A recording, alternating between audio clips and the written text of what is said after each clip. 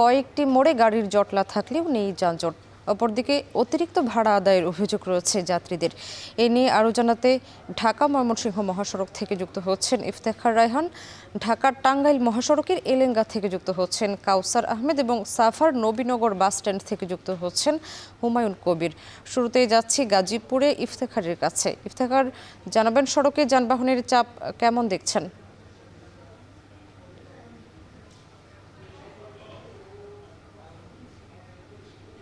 গাজীপুরে ঢাকা ময়মনসিংহ মহাসড়কে রয়েছি। সেখানে কিন্তু আমরা দেখেছি যে আসলে ঢাকা ময়মনসিংহ মহাসড়কের বিশেষ করে যে টঙ্গী থেকে শুরু করে চান্দনা চৌরাস্তা এবং চান্দনা চৌরাস্তা থেকে মাওনা চৌরাস্তা, এই পয়েন্ট গুলোতে কোথাও কোনো ধরনের বড় ধরনের যানজট নেই।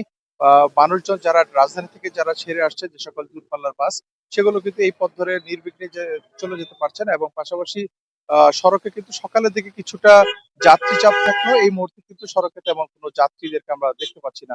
অপরদিকে ঢাকা টাঙ্গাইল মহাসড়কের চন্দ্রা ত্রিপুরা এলাকায় সেখানে কিন্তু আমরা দেখেছি যে যানবাহনের জটলা রয়েছে, তবে সেখানেও যাত্রী তুলনামূলক কম।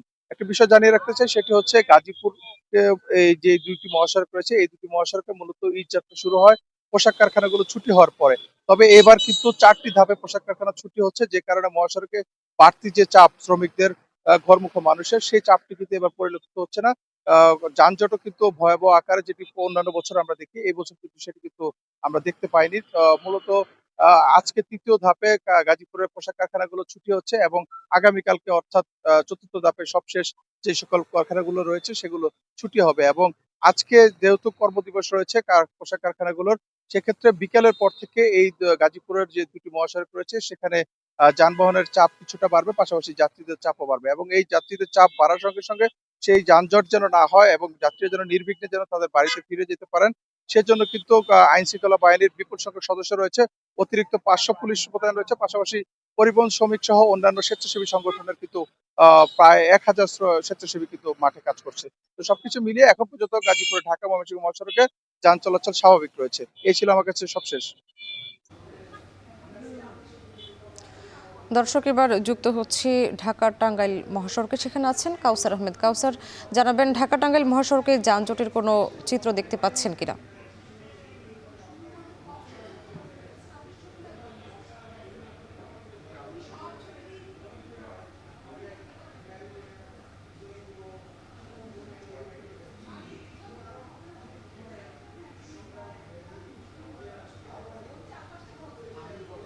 আমি আছি এলেঙ্গা বাস স্ট্যান্ড এলাকায়। আমার পিছনেই যে ফ্লাইওভারের কাজ চলমান থাকে, এছাড়াও যমুনা সেতুতে যে পরিমাণ যানবাহন চলাচল করার কথা তার চেয়ে কয়েক গুণ বেশি যানবাহন চলাচল করছে। এতে করে অতিরিক্ত যানবাহনের চাপে কোথাও কোথাও যানবাহন ধীর গতিতে চলাচল করছে। এখন পর্যন্ত স্বস্তির ঈদ যাত্রা শুরু রয়েছে এই ঢাকা টাঙ্গাইল যমুনা সেতু মহাসড়ক দিয়ে। আর এই মহাসড়ক দিয়ে উত্তরাঞ্চল সহ আশেপাশের 13 জেলার যানবাহন এই চলাচল করে থাকে। আর গেল রাত 12টা পর্যন্ত 24 ঘন্টায় এই যমুনা সেতুতে প্রায় 46,000-এর অধিক যানবাহন পারাপার হয়েছে। এতে টোল আদায় হয়েছে 3,40,00,000 টাকার মতো। আর এখন পর্যন্ত স্বস্তির ঈদযাত্রা রয়েছে। তবে মহাসড়কের বিভিন্ন এলাকায় একাধিক গাড়ি বিকেল, এছাড়াও যমুনা সেতুর উপরে একাধিক ফিটনেস বিহীন যানবাহন বিকল হওয়ার কারণে থেমে থেমে যানজটের সৃষ্টি হয়েছিল, তখন মানুষের দুর্ভোগ পোহাতে হয়েছে। এখনো পর্যন্ত আমার পেছনেও কিন্তু থেমে থেমে যানবাহন চলাচল করছে। আর এই মহাসড়কে বিভিন্ন এলাকায়, বিশেষ করে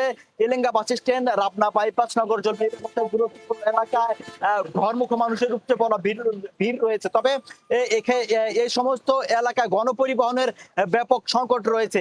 এদিকে ঘরমুখ মানুষের যারা রয়েছেন তারা অভিযোগ করছেন, তারা বলছেন যে তাদের কাছ থেকে বাড়তি ভাড়া নেওয়া হচ্ছে। যেখানে স্বাভাবিক ভাড়া 400 টাকা, তাদের কাছ থেকে 1,000 থেকে 1,200 টাকা আদায় করা হচ্ছে। এই বিষয়ে জেলা প্রশাসন বা ম্যাজিস্ট্রেটের পক্ষ থেকে কোনো ব্যবস্থা নেওয়া দেখা যায় না। এছাড়াও আমরা দেখেছি যে এই 65 কিলোমিটার এলাকায় আমরা কয়েকদিন যাবত দায়িত্ব পালন করছি, কোথাও কোনো এক্সিকিউটিভ ম্যাজিস্ট্রেট এবং ম্যাজিস্ট্রেটদের কোনো কার্যক্রম চোখে পড়েনি। তো এই মহাসড়কে যানজট নিরসনে শতাধিক পুলিশ দায়িত্ব পালন করছে। তো এই ছিল আমার কাছে এলেঙ্গা থেকে সর্বশেষ তথ্য। দর্শক, ঈদ যাত্রার আরও খবর জানাতে নবীনগর বাস স্ট্যান্ড থেকে যুক্ত হচ্ছেন হুমায়ুন কবির। হুমায়ুন, নবীনগরে কেমন চিত্র দেখতে পাচ্ছেন আর বাড়তি ভাড়া আদায়ের কোনো অভিযোগ পেয়েছেন কিনা? সামনে ঈদ যাত্রাকে ঘিরে ঢাকা-রিচা মহাসড়ক এবং রবীন্দ্রনগর চন্দ্রা মহাসড়কে কিন্তু ইতিমধ্যে কিছুটা চাপ বেড়েছে এবং যাত্রীরা কিন্তু আসছেন যাচ্ছেন স্বাচ্ছন্দ্যে যাচ্ছেন, কোথাও কোনো আসলে কোনো রকম যানজট বা জনজটের খবর কিন্তু এখনো পাওয়া যায়নি এবং মোটামুটি বিগত বছরগুলোর তুলনায় যে কোনো বছরের তুলনায় কিন্তু এবার একটা স্বস্তির ঈদ যাত্রা কিন্তু বলা যায়। কোথাও কোনো রকমের ঝক্কি ঝামেলা ছাড়াই কিন্তু যাত্রীরা আসলে তাদের বাড়ির পথে যাত্রা করতে পারছেন। তবে বাড়তি ভাড়ার যে একটা বিষয়, বাড়তি ভাড়ার কিছুটা অভিযোগ রয়েছে। আমরা দেখেছি উত্তরবঙ্গগামী কিছু যাত্রী যারা রয়েছেন এবং মাগুরা, ঝিনাইদহ যেসব যাত্রীরা যাচ্ছেন তারা বলছেন যে ভাড়া 450 টাকা আগে ছিল, সেই ভাড়া নেওয়া হচ্ছে 950 থেকে 1050 টাকা এবং 600 টাকার ভাড়া নেওয়া হচ্ছে 1200-1300, মানে কোনো কোনো ক্ষেত্রে ডবল ভাড়াও নেওয়া হচ্ছে। যদিও এসব অভিযোগ কাউন্টার কর্তৃপক্ষ অস্বীকার করছেন। তারা বলছেন যে সরকার নির্ধারিত যে ভাড়া রয়েছে সেসব ভাড়াই কিন্তু তারা নিচ্ছেন।